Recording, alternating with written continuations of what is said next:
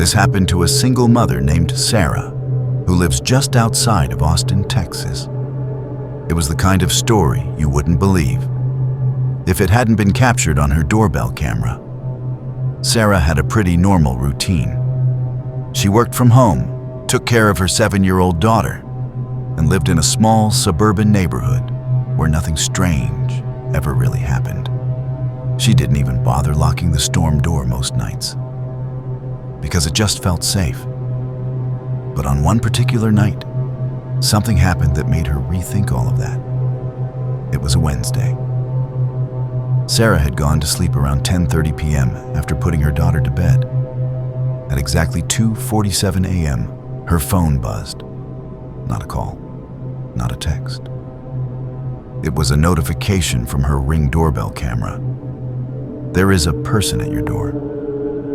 Still half asleep, she picked up the phone and opened the app. What she saw on the screen froze her blood. A man was standing on her front porch. No shoes, no socks, just a tattered pair of pants and a hoodie with a hood down. His hair was a mess. His face looked confused. But what really disturbed her was what he was doing. He wasn't knocking. He wasn't ringing the doorbell. He was pacing back and forth from one edge of the porch to the other, muttering something to himself. The Ring cam's mic picked it up faintly. Not the right house, but maybe it is. Maybe it is. Sarah didn't move. She was watching from her bed, too scared to even breathe. She thought of waking her daughter, but didn't want to scare her unless it got worse. The man kept pacing. At one point, he leaned forward, face inches from the door camera, and just stared. Then, without warning, he turned his head toward the window by the living room, as if he knew someone was watching. Just as suddenly as he appeared, he backed away and walked off screen. No knock, no word, gone. Sarah waited until sunrise before stepping outside. She reviewed the footage again and noticed something strange. From the moment he appeared to the moment he left, no car ever pulled up, no footsteps on gravel, just silence. She checked with neighbors. No one else saw him. No one else got a visit. But the weirdest part? Her daughter came into the room the next morning and said, "Mommy, that Barefoot Man came to my window again." Sarah installed motion lights, a new lock, and moved her daughter's bed away from the window. But she never figured out who that man was or what he wanted. All she knows is that every night since, she checks the Ring camera at least twice before going to bed, just in case.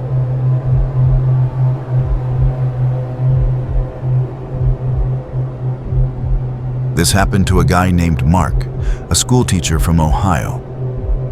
He lived in a quiet cul-de-sac, the kind of place where you recognize every parked car and wave to neighbors without knowing their names. But one night last fall, something changed. And now, every time Mark walks past his front window at night, he makes sure the blinds are fully shut. It was a Friday. Mark had just finished dinner and was watching TV with a cold drink. His living room faced the front of the house, with big windows that showed the street and the house across from him. He'd lived there for 4 years. He never worried about locking his doors until bedtime. But sometime around 10:15 p.m., while flipping channels, he caught something out of the corner of his eye. He looked toward the window.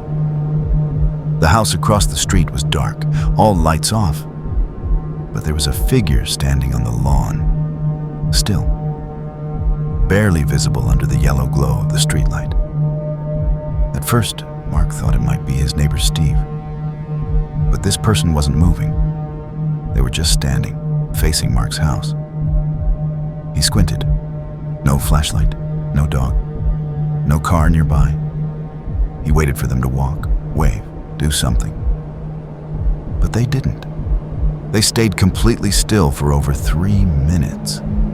And then, suddenly, they walked off to the side of the house and disappeared from view. Mark thought maybe he was imagining things. So, like an idiot, he opened the front door to check. The street was quiet. No sound except the distant buzz of a porch light. He even stepped outside, looked left, looked right. Nothing. But when he turned back toward his house, he noticed something that made his heart drop. His living room blinds were now slightly open. He had closed them an hour earlier. He rushed back inside, locked every door, turned on every light, and stayed up with a baseball bat, watching the window, feeling like someone was out there, but never seeing anything. That night, nothing else happened. But the next morning, he found something on his front porch. A crumpled piece of paper. No writing, just a muddy fingerprint on the center. Mark installed cameras the next day, and though he never saw that figure again, he keeps the footage from that night saved on 3 separate drives. Because even now, years later, he still wonders, was someone watching him from across the street? Or was someone already inside?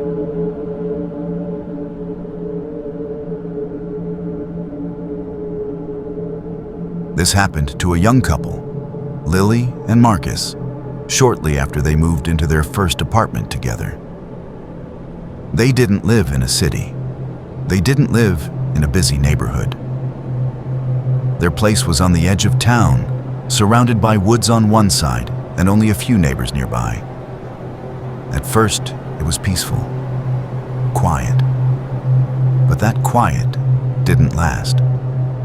They'd found the apartment through a friend of a friend, cheap, newly renovated, with a private entrance and a long gravel driveway. The only downside? The bedroom window faced the woods, just 10 feet from the tree line. At first, it was just a view, but in the weeks that followed, it started to feel like a blind spot. Like something could be there, watching, and you'd never know. It started one night around 1:30 a.m. Lily had woken up to use the bathroom. On her way back to bed, she paused near the window. The shade was drawn, but she swore she heard something. A whisper, not like wind, not like leaves, just a voice, software muffled. Hello. She stood still. It was so faint she wasn't sure she really heard it. She pulled the curtain aside, but saw nothing. The next morning, Marcus laughed it off, said she probably dreamed it. But that next night, he heard it. This time they were both awake, watching a movie in bed. And from the window, just behind the curtain, came another whisper. Are you in there? This time there was no mistaking it.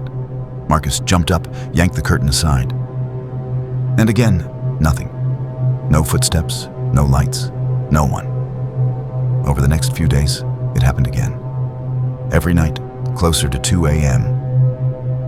The whispers grew longer, sometimes repeating names, sometimes just sounds. Hello. Why won't you come outside? They called the cops. The officers checked the woods, but found nothing. No tracks, no broken branches, no signs of anyone being there. They even installed a small motion light outside the window, but nothing ever triggered it. It all stopped for about a week. They thought it was over. Until one night, Lily woke up again. But this time, the whisper was inside the room. She bolted upright, heart pounding. But Marcus was still asleep, and there was no one else there. She turned to the window and saw something that made her scream. The window was wide open, and resting on the windowsill was a small, dirt-covered handprint. They moved out the next day. To this day, they don't know who or what had been whispering to them from outside that window, or how it opened the lock from the outside. They only know one thing. Now, wherever they live, they never sleep with the window open, not even a crack.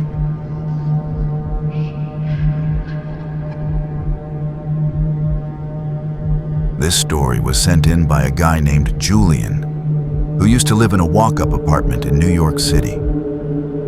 4th floor, brick building, just a few blocks from the subway. He was used to noise. He was used to late-night yelling, sirens, even the occasional sketchy neighbor.